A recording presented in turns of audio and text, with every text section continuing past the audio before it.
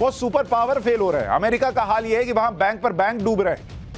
America के 2 bank डूब चुके और दूसरे बैंक भी चपेट में आ रहे हैं। ये दुनिया का हाल हो रखा है।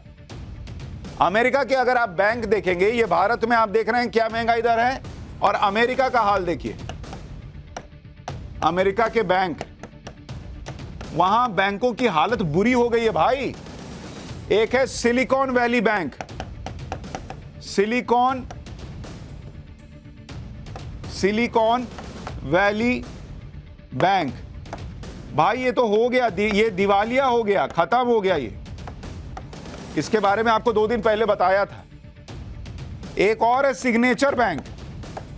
इनके ग्राहकों को अब चेक पे सिग्नेचर करने की जरूरत ही नहीं पड़ रही, क्योंकि ये बंद हो गया। अमेरिका का बैंक है, बंद, खत्म। ये हालत हो रखी है अमेरिका में। अमेरिका के बैंकिंग सेक्टर पर आए संकट के बीच अमेरिकी राष्ट्रपति जो बाइडेन ने भरोसा दिया कि अमेरिका का बैंकिंग सिस्टम सेफ है। इसके बावजूद अमेरिका के बैंकों की हालत खराब हो रही है। सोमवार को फर्स्ट रिपब्लिक बैंक के शेयर 62% गिर गए। वेस्टर्न अलायंस बैंकॉप नाम के एक बैंक के शेयर 75% गिर गए। पैकवेस्ट बैंकॉप के शेयर 35% गिर गए। अमेरिका के ऐसे कम से कम 6 बैंक हैं, 6, जिन्हें क्रेडिट रेटिंग एजेंसीज ने अंडर रिव्यू रखा हुआ है। मतलब वो देख रहे हैं कि बॉस इनमें लगा पैसा तो नहीं डूब जाएगा, क्योंकि इन बैंकों की स्थिति अच्छी नहीं है। यह अमेरिका का हाल हो रखा है। पूरी दुनिया एक दूसरे से कनेक्टेड है। अमेरिका में कुछ होता है तो उसका असर पूरी दुनिया पर पड़ता है। तो ये जो रूस यूक्रेन युद्ध चल रहा है, अगर अमेरिका के बैंक किसी तरह से डूबते रहे तो दुनिया इसकी भी बर्बादी जो है झेलेगी। लेकिन भारत पर अमेरिका के बैंकिंग क्राइसिस का कोई असर पड़ता नहीं दिख रहा अभी। और ऐसा इसलिए कि नरेंद्र मोदी ने बैंकिंग सिस्टम को इतना मजबूत किया है कि यहां भारत में बैंकिंग संकट आने की आशंका बहुत कम हो गई है। भारत ने इसके लिए क्या किया, कैसे नरेंद्र मोदी ने जो काम किया सत्ता में आने के बाद, सरकार में आने के बाद, जिसको लेकर हंगामा तो होता है कि अडानी अंबानी को लोन दे दिया, ये कर दिया, वो कर दिया। फैक्ट्स क्या कह रहे हैं? फैक्ट्स तो उसके उलट कह रहे हैं।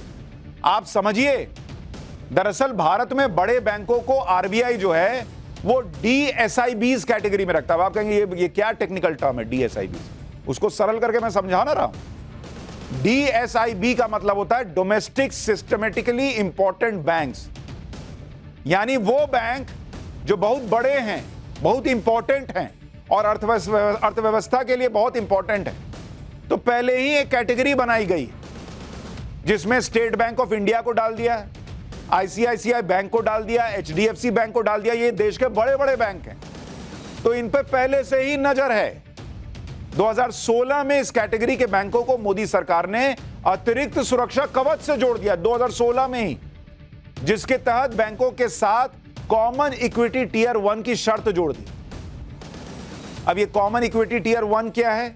इसका मतलब यह था कि इन बड़े बैंकों को कैपिटल का बफर स्टॉक रखना होगा, मतलब अपने पास पैसा रखना होगा। बैंक क्या करता है? बैंक पैसा कमाने के लिए, बैंक क्या सेवा करने के लिए थोड़ी ही है। वो आपको लोन सेवा करने के लिए नहीं देता बॉस, आपसे ईएमआई जो आती है, जो ब्याज कमाता है, उसका प्रॉफिट होता है। तो कैपिटल का बफर स्टॉक रखना होगा, ये नरेंद्र मोदी सरकार ने 2016 में कह दिया आपको, ताकि कभी कोई संकट आए तो आम आदमी का पैसा ना फंसे।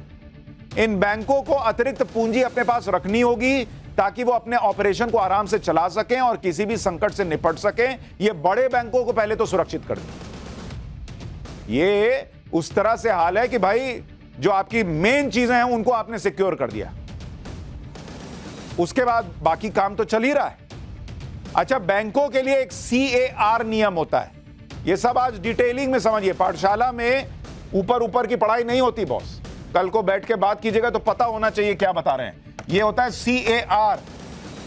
इसका मतलब होता है capital adequacy ratio, adequacy ratio. इसका मतलब है कि बैंक के पास कितनी लायबिलिटी है, यानी कितना लोन दिया हुआ है, कितना लोन दिया है, इसको जांच किया जाता है कैपिटल एडिक्वेसी रेशियो में। और उस हिसाब से बैंक के पास कितनी एसेट है। भाई जितनी एसेट नहीं है उससे ज्यादा का लोन दे दीजिएगा और लोन की रिकवरी नहीं हुई तो जिसने लोन नहीं लिया उसका पैसा कैसे चुकाइएगा? जिसने अपना पैसा आपके पास रखा हुआ उसको कैसे दीजिएगा?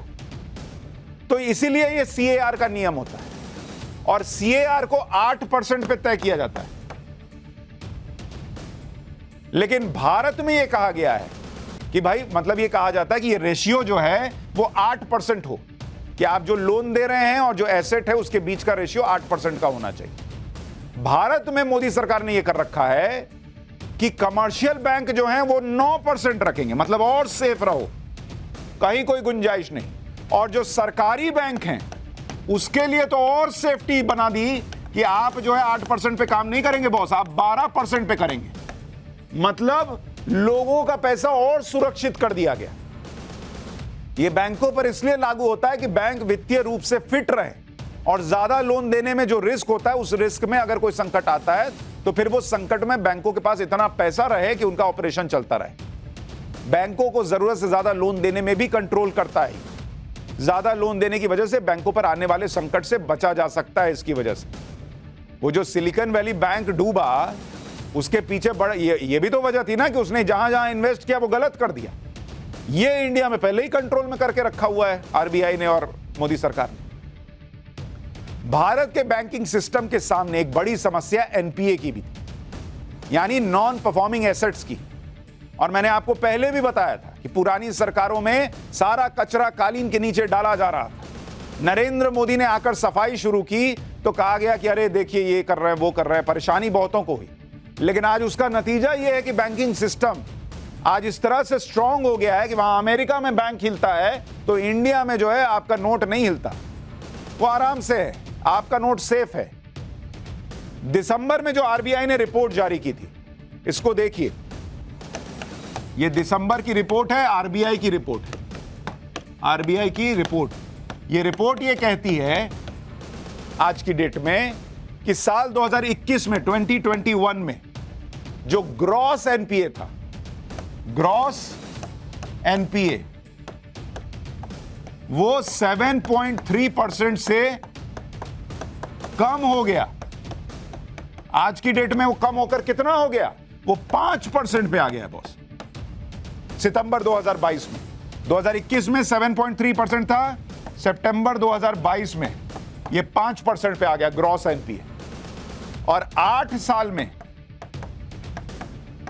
जो बैड लोन था 8.6 लाख करोड़ की रिकवरी हुई है बॉस। 8.6 लाख करोड़ की रिकवरी जो बैड लोन था। तो ऐसे ही लोगों को परेशानी नहीं हो रही है। इतना जो तुम मेरी खुजाओ में तुम्हारी खुजाओ वाला सिस्टम चल रहा था उसमें सब में जालिम लोशन डाल के सबकी खुजली जो मिटा दी गई है उसी से दिक्कत हो रही है। मजबूत बैंकिंग सिस्टम और मजबूत अर्थव्यवस्था की वजह से भारत में स्टार्टअप तेजी से आगे बढ़ रहे हैं। आज ही रिपोर्ट आई है कि यूनिकॉर्न स्टार्टअप के मामले में लगातार 2 साल भारत ने चीन को पीछे छोड़ दिया। साल 2022 में भारत में 23 यूनिकॉर्न बने, जबकि चीन में 11 स्टार्टअप यूनिकॉर्न बन पाए। $1 बिलियन यानी करीब 8,000 करोड़ रुपए से ज्यादा की वैल्यूएशन वाले स्टार्टअप को यूनिकॉर्न कहते हैं। यह भी बड़ी बात है कि भारत के 23 यूनिकॉर्न में से 9 यूनिकॉर्न छोटे शहरों में बने। यह है भारत की आज की ताकत। यानी आज की तरक्की सिर्फ मेट्रो सिटीज तक सीमित नहीं है। छोटे छोटे शहरों में लोग एंटरप्रेन्योर बन रहे हैं, यूनिकॉर्न खड़ी कर दे रहे हैं बॉस, क्योंकि भारत के पास दिमाग की तो कमी थी ही नहीं। लोगों के पास इतना जुगाड़ू है, हम लोग, कोई कमी नहीं थी। माहौल और मौका मिलने की बात थी, सिस्टम से जूझना ना पड़े, लड़ना ना पड़े, ये वाली बात थी। वो हो गया, लोग धकाधक नोट छाप रहे हैं और नौकरी दे रहे हैं। और भारत तब तरक्की कर रहा है जब युद्ध से दुनिया की हालत खराब है।